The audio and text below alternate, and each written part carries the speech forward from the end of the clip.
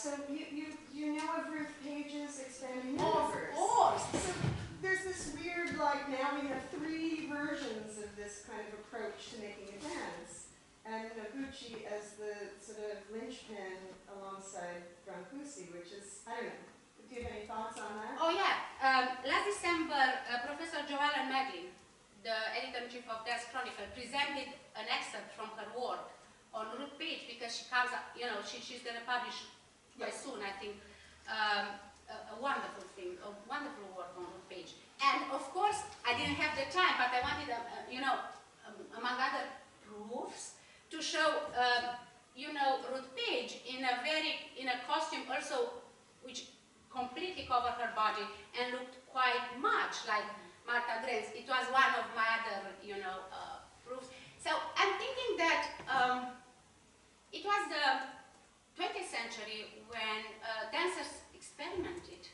And you can't, because Graham experimented first with costumes and the body and the way in which they encapsulate the body or the bodies or freeze the body. It's hard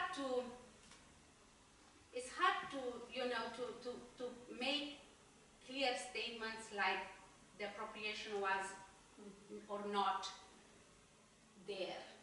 Do you think Noguchi was the... Noguchi was definitely the one who inspired Ruth Page. I am positive about that.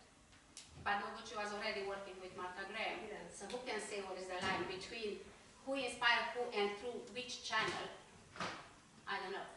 I can't say, but Joellen is coming soon with a fantastic work on that. And I think she explains more than I can do at this point. But Noguchi was definitely a link between Ruth Page and Martha Graham. Not to say that Noguchi had an affair with Ruth Page. While, so it was quite an intense collaboration between them. So definitely so. But you have this Romanian dancer who didn't speak English, by the way, Miss Raducanu doesn't speak English, who traveled limitedly. They knew about Graham, and she said, yes, we know about Graham, but I don't like Graham, I like women more. All the time Romanians were more into women. So, I love the question and I like it, and yes, I would say that definitely Ruth Page was inspired, but did she take it further? Did she have her own exploration of body, space, and costume? I also believe so. Thank you. I have another remaining question. Please. I'm just struggling with my memory. Appropriate for the conference. Very good. Am I not right in thinking that there's quite a strong avant-garde of visual arts in Romania in the first half of the 20th century? So not just Brancusi, but am I right in thinking that Tristan Tzara and Marcel Bianco and the Dadaists? The Dada movement, yes. And so, and that also there was connections with quite experimental Jewish theatre in Romania. So, am I right?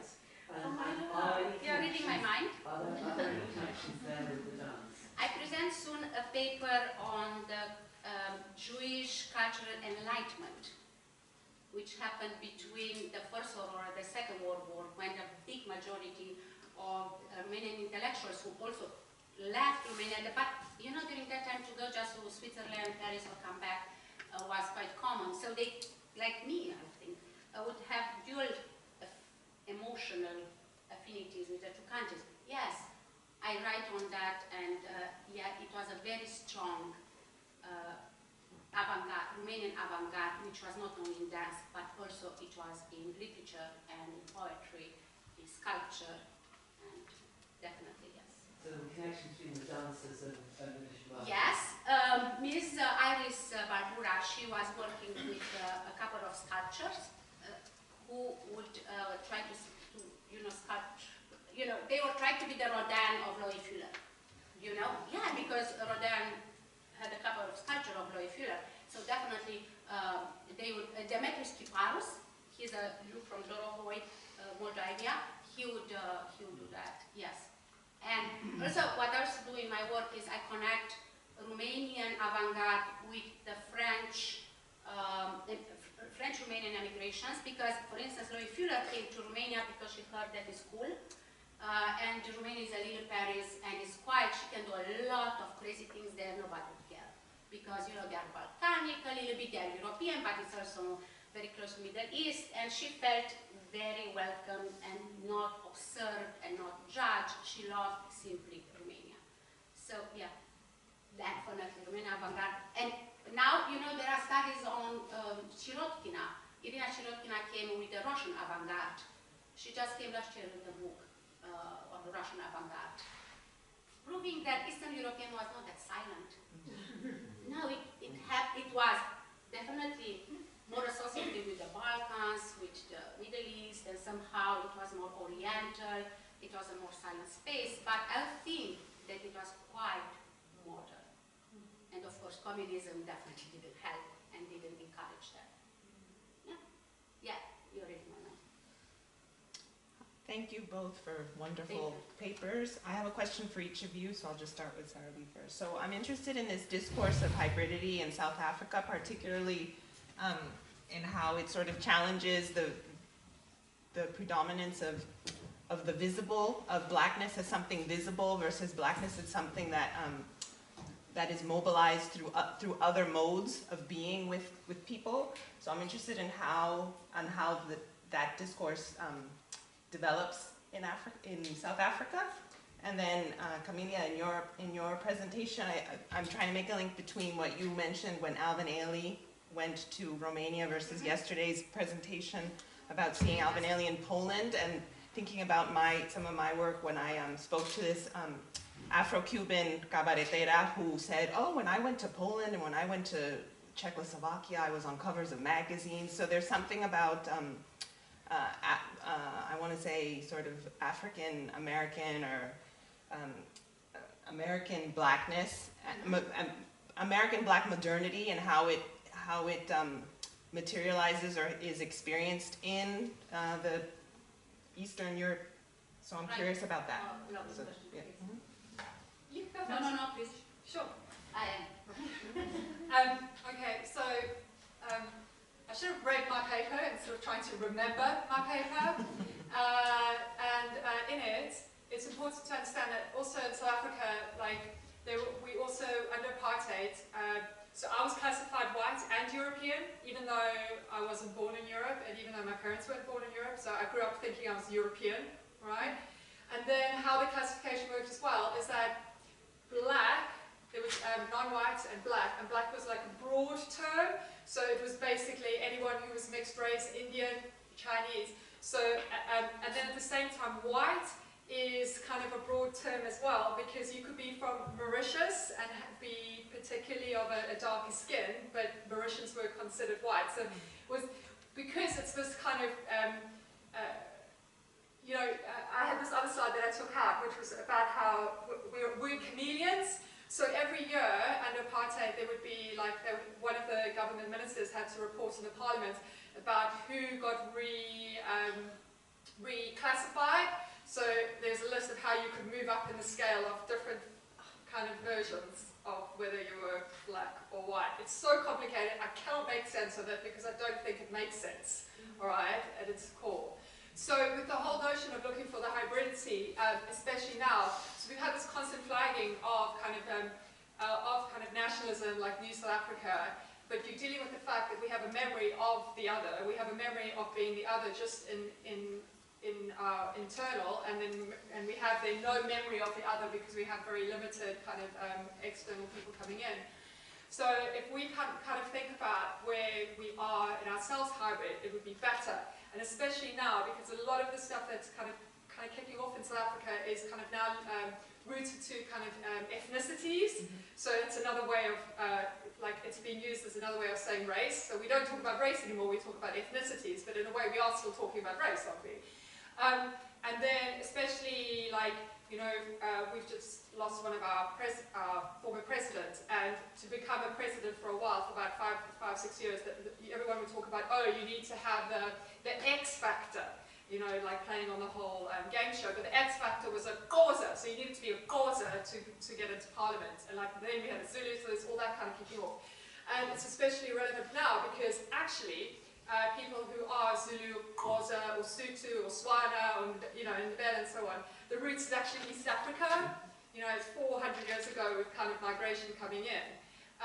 So it's more important that we look for the fact that we're all visitors and not visitors of South Africa. And I think dance does that in our styles.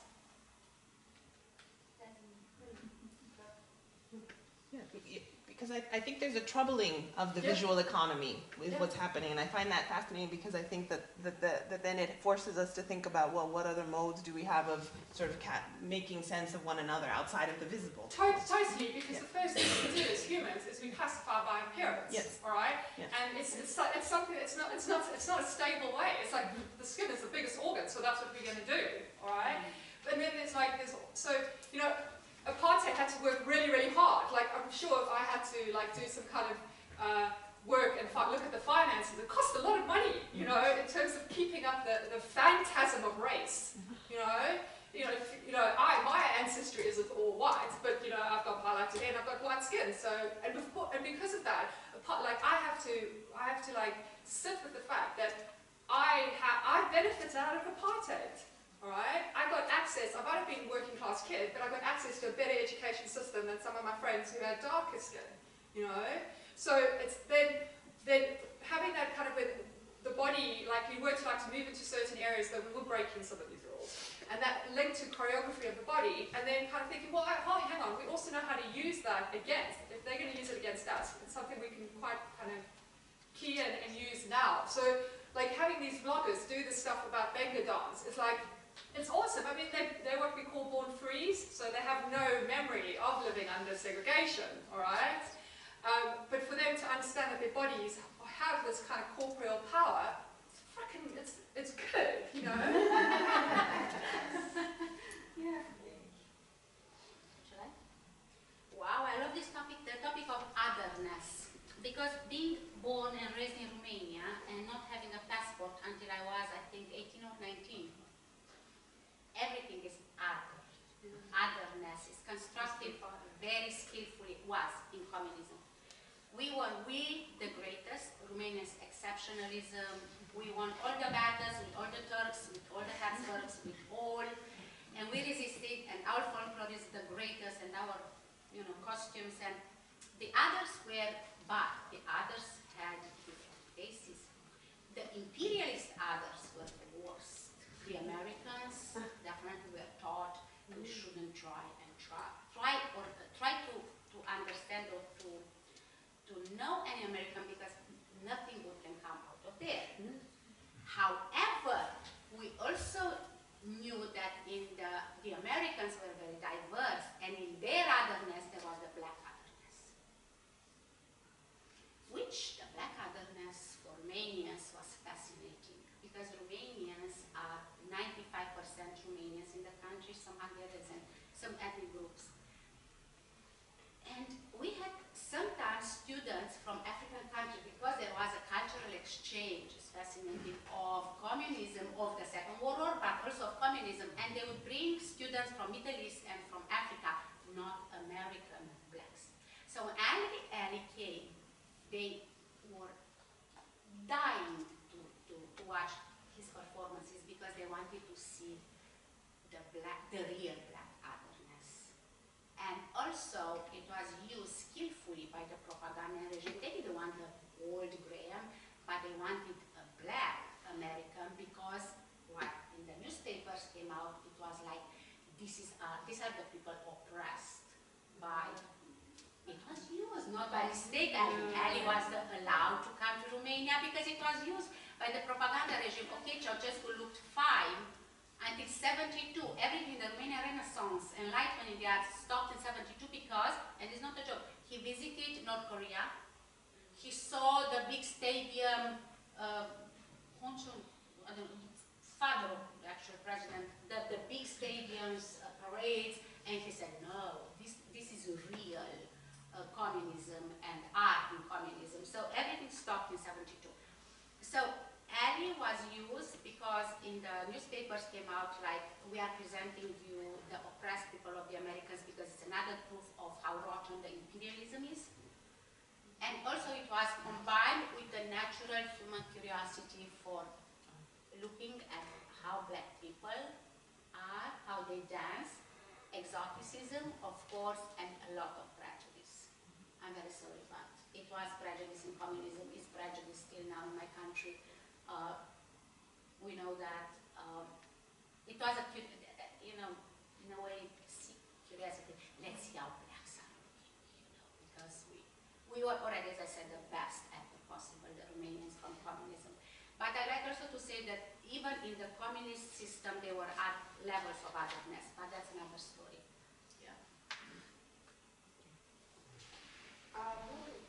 We have maybe time for one other question. I might actually offer some sort of points of connection as a kind of opening to further. Oh, yeah. I've got a question. Oh, thank you very much. Lots of wonderful things to think about. I think that this is a question that, it might be just a comment and you can just leave it go, but I think that those speakers might like to respond to it. And it starts, I guess, from yesterday with Anita's paper in the session yesterday afternoon, and your comment, a kind of a moment that Anita and Camelia shared about a kind of collective experience of living in communism. And so that got me thinking about, you know, is there something about, and you know, we are dealing with this idea about forgetfulness. This is an entirely sort of conference around that. And I'm wondering if, and also potentially, you know, the opposite of forgetfulness and that of remembering. And I'm wondering if there's something about this present moment, and as Melissa and Lisa very skillfully crafted the conference idea around, you know, what's happening today. And so I'm coming to my question, and that is, if we can think about, you know, the watershed of 2016 and what that changed. So I'm wondering, in particular for Camelia, you know, is there much more of a kind of openness about rethinking Soviet history, because I know that you're based in the United States, in particular, in relation to the kinds of debates that are happening around Russian interference in the elections, etc. And if perhaps the kind of the sort of global shift toward right-wing populism has also affected perhaps the South African situation. Not sure if you want to address that or. Yeah, yeah, sure.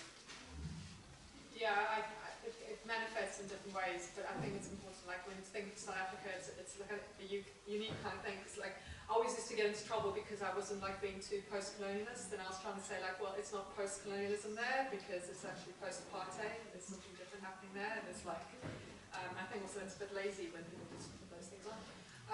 So we do have far-right problems, but then we also have the fact that what might be called far-right might not look like far-right, or what you might call far.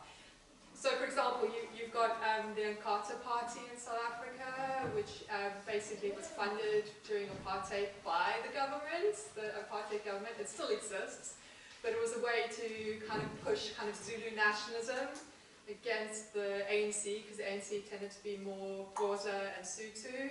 So we've got all these kind of rumblings up, and like we recently have got a new president, and with that, there's a push again for kind of this thing about ethnicities and coming together, because the ANC, which is our main party, was going to split, and it was going to split really on kind of Zulu lines, and then everybody else who's not Zulu, you know. So we've got things that need to be addressed. But what happened is colonialism happened, and then apartheid happened, and so I don't know. I'd like to think that it would be nice and pretty, but I don't know. Vicky, for me it's a bit difficult because whenever I go to Romania, I'm reminded that I don't know what's going on there. Even though I'm fluent in Romania, I read Romanian newspapers, and the outsider. Yeah, So outside. whenever you're a secret agent, you're a double agent. That's how I feel. I'm never ever going to be Like me. British, and I'm never ever going to be this, and I'm never, you know. And in a way, I don't think it's about that. Because I think, because we can hover. We can How hover. to deal with that. Because after, especially since Mr. Trump started his, you know, the process of, you know, of popularizing himself, while for 20 years, sometimes people ask me, where are you from? And it was enough. I'm from Romania. Or sometimes said I'm from Albany, New York. That was enough. But now, more than ever, they feel like, oh, when did you come over? To make sure if I'm the right or wrong, kind of. So I'm another there. But also, I never believed, and I don't want to make it too emotional, but I never believed that I'm such a stranger for people with whom I went to college and all that, because I am the American, and still I can see that the memory of our teachings from high school and college are still there in the minds of my colleagues. Americans can't be that great when they ask questions. Revisiting the Soviet past, yes, it's happening. I saw, after a long struggle, my own file from the security services, because being a student in history, I had that. Like The Lives of Others, if you watch the movie, the German movie, The Lives of Others, how is good. I saw it, and I have to say that I have a good intuition. I knew who my shadow was. Indeed, that was my shadow. But Romanians are not comfortable. At this point, I might be wrong, I don't want to upset my Romanian colleagues, I love them, but they're not very comfortable revisiting any further. Probably it's, you know, when we remember things and painful things, we have a limit where we can, you know, a limit of absorbing and dealing with the painful past. Are they going to deal even more? Yes. The new generation definitely is not connected emotionally to that past. So my kids, other people are going to visit more. Is that a struggle between nostalgia and that communism are not so bad? Great art was great. Everyone tells me, why do you study Martha Graham? What's wrong with you? Study a real Romanian dancer. It's like, yeah, but I want to study, you can study some Romanian dance too, but it's a Martha Graham. The past is coming. You know, you can't leave, somebody said yesterday in the presentation, the past is with us all the time, is there. But I would think Romanians at this point, and also in the world of dance, prefer to get just pieces of the puzzle of the past, the one which can help them in reconstructing a better and stronger self in order to go further. So, yeah, at this point, maybe next time it's going to be easier. I have problems interviewing people in Romania. It's hard for me sometimes. I keep going. We do have a nostalgia for apartheid, and it's not white people. Really? So I've got like a few family friends, yeah, who would argue that it was better under apartheid than now, because at least there was better access to services. So, and that's uncomfortable to hear. The least comfortable thing for Romanians is competition, and if they are nostalgic in the arts, is the patronage of the state.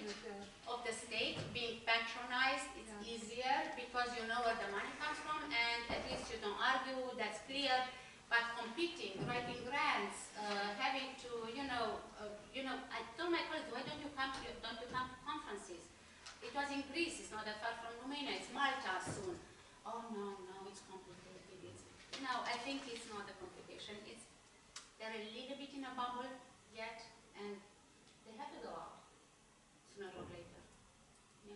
Thank you so much. We are sort of a little bit past our time. We started a bit late because of all the trains. Oh. So